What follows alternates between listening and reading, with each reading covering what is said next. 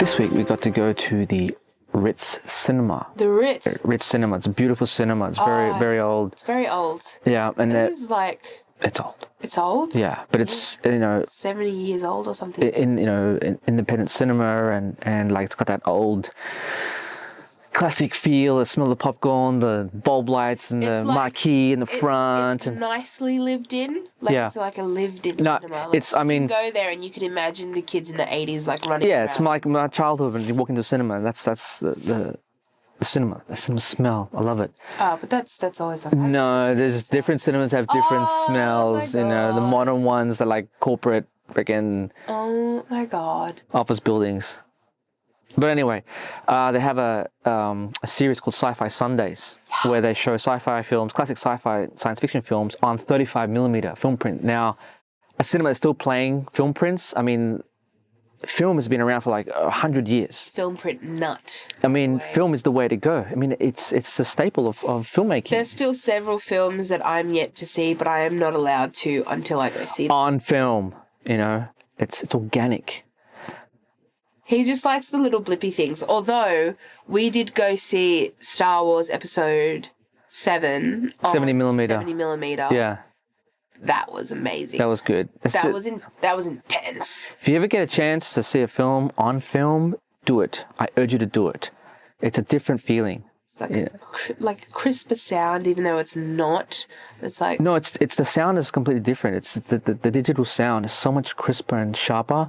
The DCP's digital cinema projection today, that's what everyone has, but something has been lost. It's like it's got this plastic thing over it, and it just doesn't look organic. Doesn't have the little blippy holes in it. It's not about the blippy holes. It's all about the blippy holes. I like the blippy holes. Okay, blippy holes. I was like watching the movie and I was like, did you see that blippy hole? I did. It was big. But anyway, this week's Sci-Fi Sunday film was Starship Troopers. So this is our flashback film review of Starship Troopers. I hadn't seen it, so it was good. Were you surprised? I was surprised. Yeah? Yeah. But I did see the trailer before we left and stuff, and I was like, oh my God, NPH. Yeah. Baby-faced NPH. So it's a 1997 satirical military science fiction action film directed by Paul Verhoeven. RoboCop Paul Verhoeven. Paul Verhoeven. Paul Verhoeven. Verhoeven. Verhoeven. Produced by John Davison, written by Ed Neumeyer. Again, Ed, if I pronounce your name, sorry. But he wrote an unrelated script called Bug Hunt on Outpost 9. That was his script. And then they discovered that it bore similar similar ideas to a 1959 novel written by Robert A. Heinlein called Starship Troopers, which told the story of Johnny Rico joining the mobile infantry unit against the backdrop of an interplanetary war between mankind and the arachnids, or the bugs, as they call them in the film.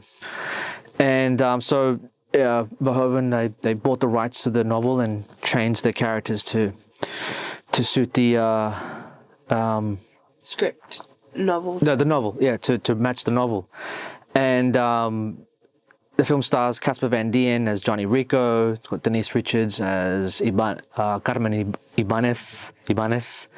Is that who it was? It's a Latino name. I sat the entire time thinking, I know who this is. They're set in Buenos Aires. Like the whole world's been like, it's like speaking one language. He's native from Buenos Aires.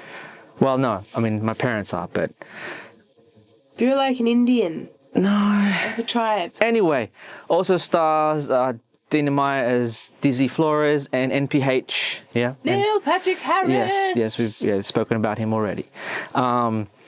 Baby-faced. Yeah, you already said that. I know, but he's just so cute. You just want to fetch his out.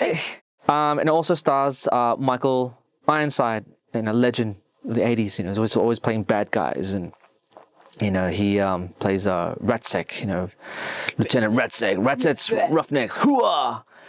And so the film is pretty much one giant like propaganda ad for Military. for the military. You know, I mean, it's done on purpose. It's satirical. Like in the novel, Heinlein was accused of promoting propaganda, fascism, militarism, and military rule, whereas the film satirizes that. It takes the piss out of it, pretty much. You can see it. It's like the structure is very much cut like RoboCop, where it has like commercial intercutting with the film, but it's taking the piss out of what's happening. The themes of the film. So this one's like they're going, join the fight. We must do our part. Fighting the bugs. But even if you don't look that deep into it, it's still a good film, like as it is. I mean, it's tongue in cheek. Yeah. It's fun. But the themes in it, are in the film, like he's literally showing the Nazi, the uniform that they're wearing. The military generals, the Nazi generals, and PH was sporting a real kind of Adolf look. Yeah. Towards the end. Yeah. I only just realised that now, like all the black leathers and stuff like that with the hat and stuff. Yeah, well, that's the whole point. Yeah. But it is interesting that Michael Ironside, he grew up reading the book Starship Troopers, and then he asked the doctor. I'm so sorry. Anyway.